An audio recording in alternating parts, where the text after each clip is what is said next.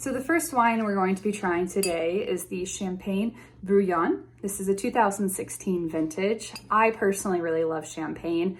I think it's a wine that we can put in a lot of different situations and it really shines each time.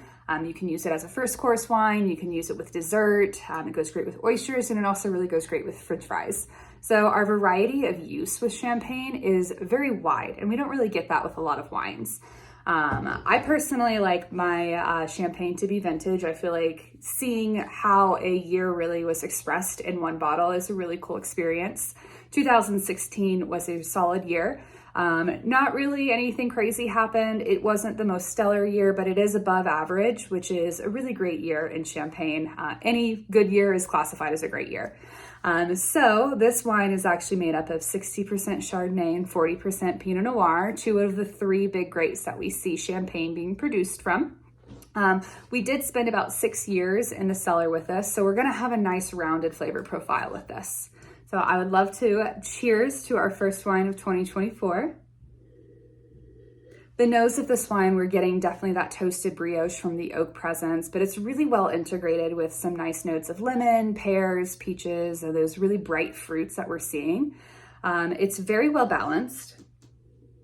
Sometimes we can see the oak speak first with champagne, and that's not always my favorite profile when we're talking about champagnes.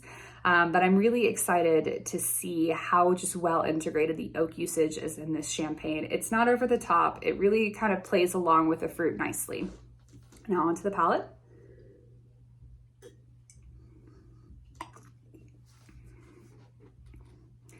Fruits definitely are confirmed on the palate. A lot of that green apple, very, very bright, nice acidity that kind of lingers on your palate. The oak kind of dissipates on the palate, which is also what I like. I like my champagnes to have a little more fruit presence. I think they kind of pair better with food that way. Very beautiful champagne. I've never had this champagne before, and I'm very excited to see how gorgeous and how well balanced it is. With this champagne, you know, we have a few options that we could do with pairing. We can go super classical and do the traditional champagne and oysters and kind of that level of service with this champagne. We could finish it with dessert, key lime pie, things that have that nice acidity to it. But one of my favorite all-time pairings, and I mentioned it a little bit earlier, is champagne and really just any sort of potato. I have potato chips, just simple baked potato chips. Also the French fry element is always a really fun experience. When we're talking about pairings with wines and foods, we want to make sure we're doing the sip, bite, sip method. So you take a sip of the wine, you take a bite of the food, and then you take another sip. And we really see how the wine plays with the food and then how the food can play with the wine. All of them are kind of in the same realm on your palate. They will complement each other and really bring out the best, or if the pairing's not great, it will bring out the worst in the food. So you always want to make sure we're eating the right foods when we're drinking specific things like champagne. This is a really delicious champagne, really fun, a really great alternative to some of those high quality names and high prominent names that we see in the industry at around the same price point. But in my opinion, it's a lot better. We've got a lot more flavors here. It really expresses itself on a nice palate.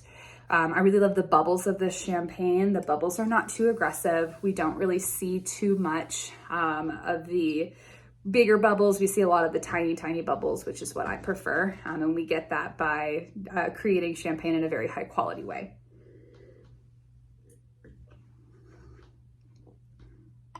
Beautiful champagne. Definitely something that I can see myself drinking on a pretty consistent basis. Once again, of course, we are dealing with champagne here.